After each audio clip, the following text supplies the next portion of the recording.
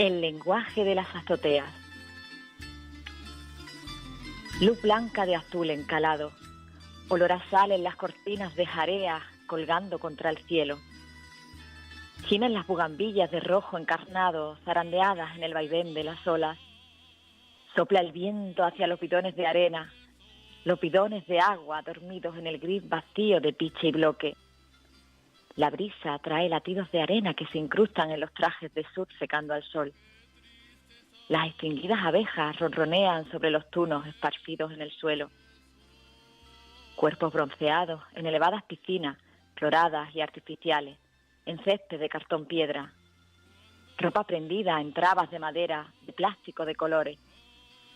Ojos de madre, sonrisa de estudiante, gafas de turista, manos de marinero, enlutado de abuela, preguntas de niño. Fuerteventura. Ya se ha muerto. El lenguaje de las azoteas, palabras hechas poesía por Libertad Morales, a la que hoy tendrán ocasión de ver en un nuevo recital de Puerto es Poesía, a partir de las 9 de la noche en el pub La Farándula, en Puerto del Rosario. Buenos días, Libertad. Hola, muy buenos días. Preciosa tu voz y preciosa la letra. ¿Por qué la has elegido? Ay, te oigo un poco regular, tía. ¿Por qué has elegido esta poesía? Bueno, la verdad es que me pillas preparando para mañana poesía de escritoras canarias, que tenemos en Corralejo un baile, y vamos a recitar desde el Centro Cultural de Las Ares, vamos a recitar distintos poemas de escritoras canarias, de Elsa López, de Josefina de la Torre, Alicia Morilla. Entonces, estoy ahí preparando todos estos poemas canarios, y este es uno de los poemas que recitaré esta noche en La Farándula a las 9 de la noche, como bien decía, con música y poesía. Y entonces pues me vino a elegir este poema del 2004, esa visión, digamos, de peninsular recién llegada, porque llevaba un añito aquí en Fuerteventura, y me impactó el llegar a la isla y imaginarnos una mirada de, antes de que vinieran todo esto de los drones, ya esa mirada de pájaro desde arriba, de cómo las azoteas nos pueden contar tantas historias, ¿no? cosas de un sitio. Sí, entonces esas pequeñas historias, de esa mezcla que yo vi en Fuerteventura, de cómo todavía estaban nuestras, yo digo nuestras porque ya llevo aquí ya 17 años, si no cuento mal. Entonces, pues estas tradiciones de Fuerteventura, de Canarias, y también la llegada del turismo también de sur, pero también ese otro turismo del todo incluido, ¿no? Del ofrecerle al turista lo que pide en vez de lo que tenemos.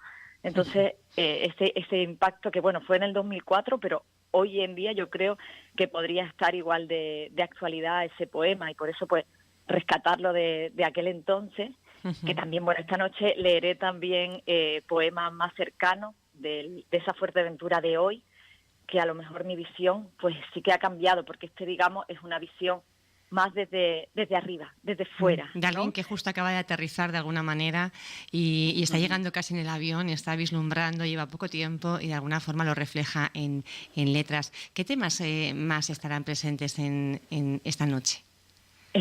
Bueno, pues como yo siempre digo y siempre se dice, también hablábamos con Alexis Ravelo en la Feria del Libro, de que solamente hay dos temas, ¿no? El amor y la muerte. Él decía, novela negra es el sexo Muerte. y el semen. Decía el semen y la sangre, decía él. Y es verdad, el amor y la muerte yo creo que son los dos grandes temas, y a partir de ahí, en poesía, no es como en la novela negra, ¿no? Que se va, digamos, a lo más sórdido, sino que en poesía a lo mejor yo voy a hacer lo mío va a ser como una especie de recorrido, ¿no? Y vamos a empezar desde el paisaje, como toda la poesía que tengo está muy relacionada con Fuerteventura, la que he elegido para esta noche.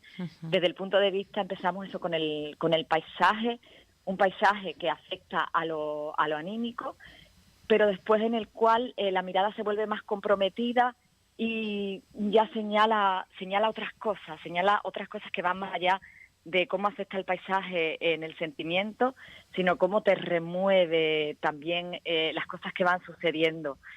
Después, pues, tendré también un poco, tengo otro tipo de poemas, digamos, micropoemas, que yo lo llamo, que a lo mejor no gustan a todo el mundo porque son, no sé si llamarlo, son menos clásicos, ¿no? Es una poesía un Más poco innovadora. es diferente, no sé cómo decirla, porque son micropoemas que van directamente a impactar, ¿no? Te deja un poco al oyente o al lector. Son muy visuales, me faltaría también la parte esa visual que va acompañado como de una imagen, estos pequeños micropoemas. Me faltaría eso, pero yo creo que no les va a hacer falta, que la palabra se acompaña de imágenes a veces, pero en este caso tampoco es que sea absolutamente necesario. Y terminar pues con esas visiones de Fuerteventura, de mi paso por la isla desde ese 2003 que llegué, este primer poema del 2004, y terminando en el último poema sobre Fuerteventura que escribí ahora en el 2018. Con el paso del ser madre, ¿no? Que yo creo que eso que marca a las mujeres, ¿verdad? Sí, y nos cambia la visión y a la manera de mirar. Yo creo que también ese ahí, y el ver a esta tierra como madre también, ¿no? Viendo, por ejemplo, preparando ahora la poesía de mujeres para el encuentro de mañana, que tendrá lugar en Corralejo a partir de las 6 de la tarde, justamente veía las escritoras canarias que también ellas tenían, sacaban esa visión, ¿no? de cómo el ser madre las cambiaba, ¿no? También, y la libertad, el poder elegir, el ser mujer, cómo las presionaba de manera que en algunos casos, de los poemas que vamos a leer, la maternidad las condicionaba y no las dejaba ser libres, no podían elegir. También hay, por eso esos cantos a la libertad de estas poetas canarias, que mañana los que vengan también lo escucharán, y he visto esa relación justamente con mi poesía, con la poesía también de estas escritoras, ¿no? La isla, cómo nos influye a todo ese insularismo, sí. Y cómo vives tú desde tu propio nombre, ¿no? Tu propia esencia, libertad, también de alguna forma la reclamas. Ahora que eres madre y estás, bueno, pues más atada, es todavía pequeñita en ti, ¿verdad? Sí, 4 añitos. 4 añitos. Pero mira, lo de llamarse libertad, no creas tú que uno crece con un nombre. Tiene mucho peso, ¿verdad? Yo he pensado que siempre era mucha responsabilidad llevar un nombre así, libertad. Pues yo creo que uno no es consciente. Tú creces con un nombre y hasta que no, digamos, eres más mayor y ya te plantea la vida de otra manera. Libertad para mí era como llamarse María, que no había ningún, es decir, ese peso del que hablaba Zoe Valdés, que en la novela, ella se llamaba Patria, la protagonista, ahora no me viene el título de la novela, pero ella decía, la protagonista se llamaba Patria, y decía el peso de llamarse Patria en Cuba. Bueno, pues el peso de llamarse libertad, yo lo he sentido, no lo he sentido demasiado porque tal vez no era consciente de todo lo que conllevaba ese nombre y el momento histórico en el que nací, en el 1976, tras el fallecimiento de Franco, en plena ruptura de esa dictadura. Entonces, es ya cuando crece uno, cuando es consciente de que tras los nombres propios también se esconden otros términos, unas ideas y un montón de cosas más que uno no es consciente. Y lo veo yo que trabajo con niños, que yo creo que los niños cuando escuchan mi nombre nadie se plantea libertad, ¿y eso qué es? ¿Y por qué es así? Porque para ellos es que cualquier otra cosa. Ya Mafalda no está de moda y entonces no tiene la referencia que quizás sí teníamos nosotros, ¿no? Los niños. Sí. Libertad. Muy identificada con esa libertad de Mafalda. Sí. ¿Cómo se pone uno a escribir poesía? ¿Qué te lleva? Yo creo que nunca te ponen, ¿no? Es como lo necesitas, es como el que necesita cuando te levantas por la mañana ir al baño, desayunar, y no es algo que como el respirar, ¿no? Es el vivir. Para mí la escritura es mi respiración. Sin ella yo creo que me moriría. Bueno, eres filóloga, además, periodista. Tu amor a las palabras han sido también una constante. Siempre tienes un programa también en Radio Sintonía sobre las palabras. Además de escribir poesía, ¿escribes algún otro tipo de género? Sí, de hecho siempre dicen que la poesía es lo primero que escribe que un escritor, lo primero a lo que se acerca cuando escribe es a la poesía, ¿no? Porque es ese sentimiento del alma. Sin embargo, yo tuve otra necesidad que fue contar historias más que expresar lo que sentía, ¿no? Uh-huh. Entonces, el contar historias, el inventar, yo creo que porque siempre he sido una gran lectora y por ahí es cuando se empieza, cuando lees mucho, cuando conoces esos mundos maravillosos, increíbles que te dan los libros, lo que quieres es crear tú también esas historias. Y yo empecé inventándome mis propios cuentos. Además, recuerdo que empecé diciendo, quiero hacer una novela. Y es como y después la poesía ya surge cuando ves que esas palabras que cuentan, ya, tu lenguaje es diferente. Es decir, uno se da cuenta cuando eres pequeño, que todavía no, que esto que estás escribiendo no es solo contar historias por contar y crear, sino que ese lenguaje es diferente, ese extrañamiento del que hablaba Cortázar, ese lenguaje es diferente al cotidiano. Está expresando de otra manera, estoy expresando de otra manera. Esto es poesía, aunque se empeñaban mis compañeros siempre en la universidad en llamarlo prosa poética. Pero entonces, ¿qué es la poesía, no? Yo creo que la poesía es todo, es esto, está en el ambiente, es como la música está en la naturaleza y el ser humano solo la copia. Pues la poesía igual, está dentro nuestra, pero está fuera también, todo es poesía desde mi punto de vista. Pero justamente yo empecé por la narrativa, o al menos el contar cuentos, porque yo soy muy cuentista y muy teatrera.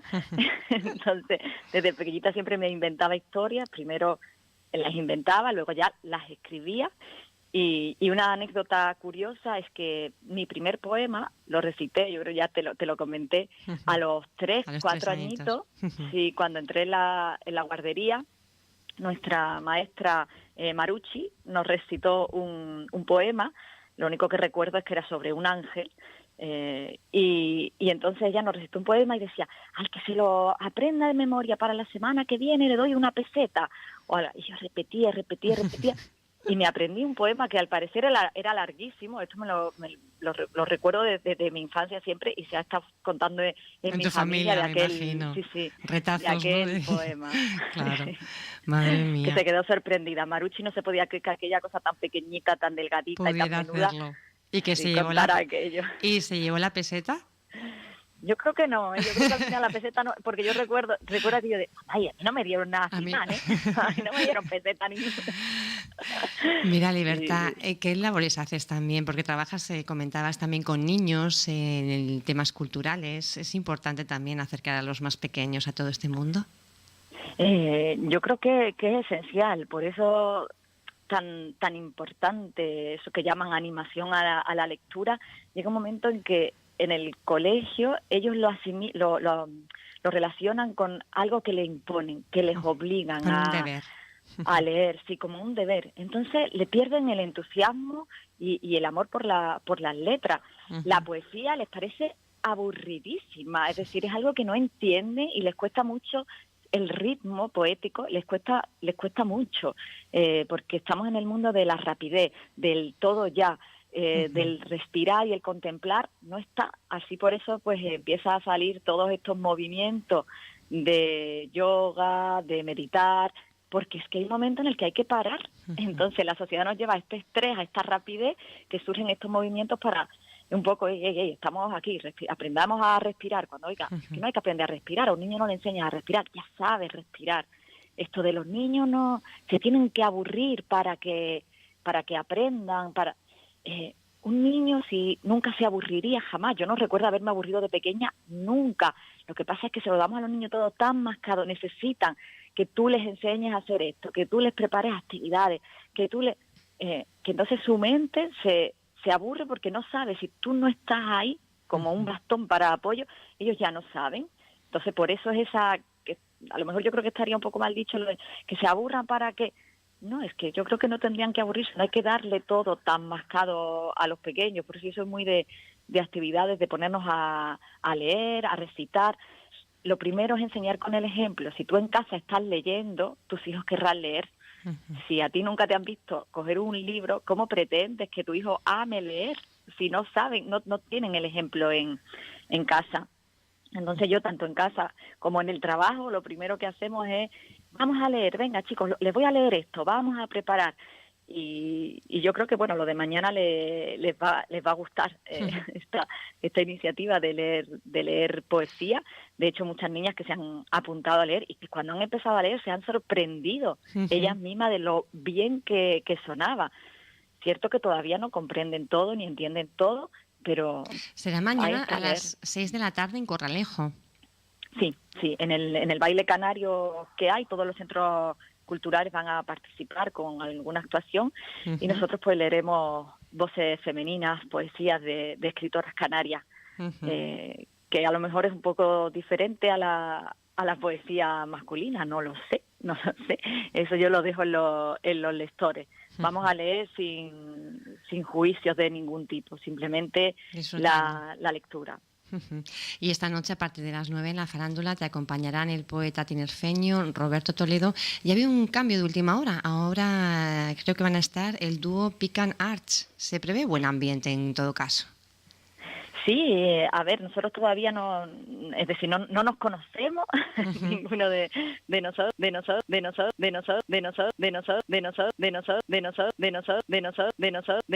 es decir, que va a ser una cosa, hemos quedado allí en la farándula, con el que ha organizado todo esto, con Eloy que nos ha metido... Que es un crack porque logra al final, es verdad, que organiza, bueno, también la feria de libro, ¿verdad? Que vimos que consigue por medio de mucho esfuerzo y mucho trabajo, pues al final llevar a iniciativas de este tipo que son necesarias. Yo creo que sí, y es una pena que coincidan estas cosas con otros eventos. Yo sigo reclamando que entre pues la gente que programamos, asociaciones como la nuestra, la Luciérnaga, que es la que está programando en Las Ares y otras asociaciones que hay en el pueblo, que hay que ponerse de acuerdo. Una agenda común, ¿no? Claro, llámense por teléfono, yo llamo. Chicas, miren, voy a hacer esto, por favor, no me contraprogramen, no me pongan cosas el mismo día. Entonces, porque al final tampoco somos tantos en la isla. Ojalá hubiera más gente que fuera a los eventos de este tipo, pero al final siempre nos vemos las mismas caras. Entonces, si encima nos ponen 3 eventos interesantes y hay que dividirse, es complicado. Claro, es muy complicado, ¿eh? Yo el fin de semana estuve de un lado para otro. Es que este fin de semana ha sido entre el viernes que terminaba la clausura del arte urbano, Feria del Libro, luego se mezcló sábado y domingo también con el Conscientis. La verdad que anduvimos sí un poco de la ceca a la meca. Un placer, Libertad Morales, mucho éxito esta noche, mañana también, y que bueno, sigas haciendo poesía. Muchísimas gracias. Pues muchísimas gracias a ustedes por llamarme, por permitirme pues expresar todo esto que tenemos ahí dentro y que a veces es poco visible porque es difícil que publiquen, así que la mejor manera, yo creo que es maravillosa la idea de que podamos recitar, de que podamos de alguna manera hacer visible, mostrar lo que cada uno escribe en su casita, porque al final y yo creo que lo que busca cada escritor sí que es compartir, es una comunicación, y si no hay comunicación con los lectores o con los oyentes, pues algo ¿para falla, qué esa escritura? claro. ¿No? Para eso tenemos un diario, que ya es otra historia. Que ya es otra historia, otro género diríamos. Libertad Morales, Sí. Muchísimas gracias. Un saludo, buen día. Muchas gracias. Tu hijo está